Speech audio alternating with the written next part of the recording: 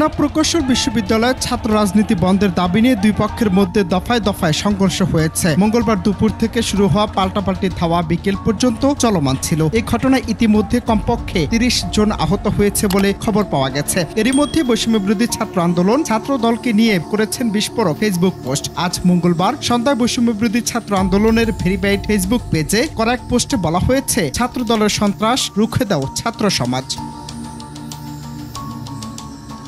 গেল ৫ আগস্ট আওয়ামী লীগ সরকারের পতনের পর থেকে কুয়েটে ছাত্র রাজনীতি নিষিদ্ধ আছে। কুয়েটে ছাত্র রাজনীতি যাতে আবার শুরু হতে পারে সেজন্য ছাত্র দলের কর্মীরা গতকাল সোমবার ক্যাম্পাসে লিফলেট বিতরণ করেন। এর পরিপ্রেক্ষিতে আজ বৈষম্যবিরোধী ছাত্র আন্দোলনের শিক্ষার্থীদের নেতৃত্বে সাধারণ শিক্ষার্থীরা ছাত্র রাজনীতির ঠিকানা এই কুয়েটে হবে না সহ বিভিন্ন স্লোগান দিতে থাকে। বিশ্ববিদ্যালয়ের হলগুলো প্রদক্ষিণ করে।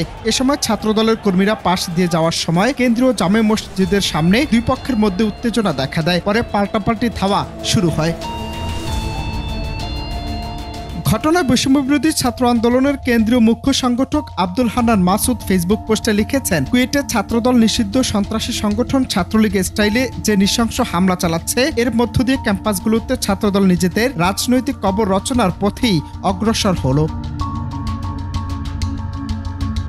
যদিও ঘটনায় কেন্দ্রীয় ছাত্রদলের সিনিয়র যুগ্ম সাধারণ সম্পাদক শ্যামল মালুম তার এক ফেসবুক পোস্টে বলেছেন, ৩ দিন আগে কুয়েট ক্যাম্পাসের পাশেই ছাত্রদল সদস্য সংগ্রহ ফরম বিতরণ করে। তার প্রতিবাদে আজ কুয়েটে বৈষম্যবিরোধী ছাত্র আন্দোলন এবং আন্ডারগ্রাউন্ডের শিবির মিছিল করার ঘোষণা দেয় এবং মিছিল করতেছিল। ওই সময় মিছিলের সামনে দিয়ে ছাত্রদল সমর্থিত ও শিক্ষার্থীরা ক্লাস শেষ করে বাসা যাচ্ছিল। তখন মিছিলকারীরা ছাত্রদলের ৩ জনকে কোনো কারণ ছাড়াই মারতে ক্যাম্পাসের বাইরে নিয়ে যায়। এক পর্যায়ে তাদের সেভ করতে স্থানীয় লোকজন এগিয়ে আসলে তাদের উপর ইটপাটকেল নিক্ষেপ করে। এছাড়াও বেশ কিছু বিষয় তুলে ধরেন ওই ফেসবুক পোস্টে।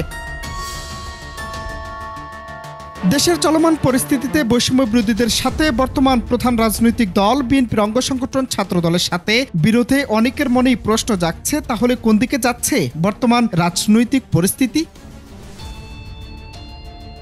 অনন্ত হাসান মাসুদ, বাংলা টিভি।